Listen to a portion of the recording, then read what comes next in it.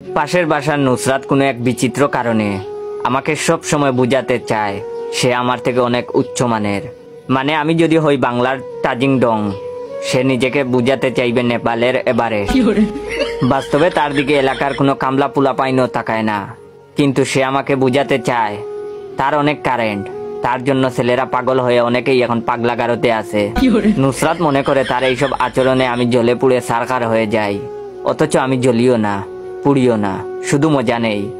আমাকে জ্বালানোর দৃঢ় সংকল্পে গত রমজানের কোনো একদিন সে আমাকে বেলকনিতে দেখেই কাকে যেন ফোন দিল। ফোন দিয়ে জোর গলায় বলছে, বাবু তোমাদের আজকে ইফতারির আইটেম কি কি? অফাস থেকে কি উত্তর এলো আমি শুনিনি, তবে আমি স্পষ্ট দেখতে পাচ্ছি নুসরাতের মোবাইলে প্রথম থেকেই অফ। নুসরাত আবার বলতে লাগলো, বাবু তুমি আমাদের ইফতার আইটেমের লিস্ট শুনবা? উফ, আমাদের তো অনেক লম্বা লিস্ট। আচ্ছা তারপরেও বলছি শুনো।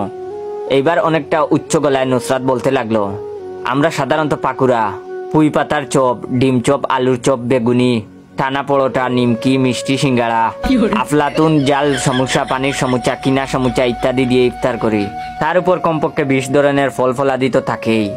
আমি শুনে তো একদম থ হয়ে যাই। যাদের বাসায় একটা মুরগির বাচ্চা জবাই হলে পাড়ার সবাই জানে।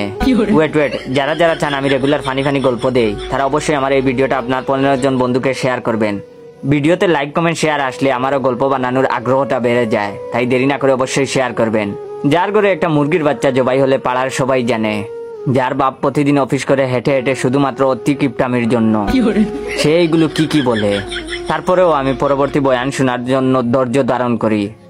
নুসরাত আরো জোর গলায় বলতে লাগলো, আরো কিছু আইটেম আছে যেগুলো পরিবারের সবাই খেলেও সচরাচর আমি খাই না।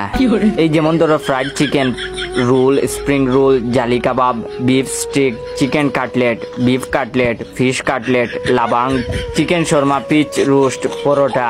আমার এইবার অজ্ঞান হবার উপক্রম, কিন্তু এরই মধ্যে বেলকনিতে আন্টির আরবি বাব। আন্টি এসে নুসরাতকে ধমক দিয়ে বললেন, এই মেয়ে এখানে বসে নষ্ট মোবাইল দিয়ে কার সাথে কথা বলো?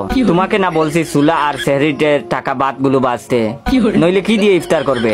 আমি দূরের নীল আকাশের দিকে তাকাই। আকাশটা স্বচ্ছ দেখালেও নুসরাতের মুখে শরতের কালো মেঘ আমি স্পষ্ট দেখতে পাচ্ছিলাম।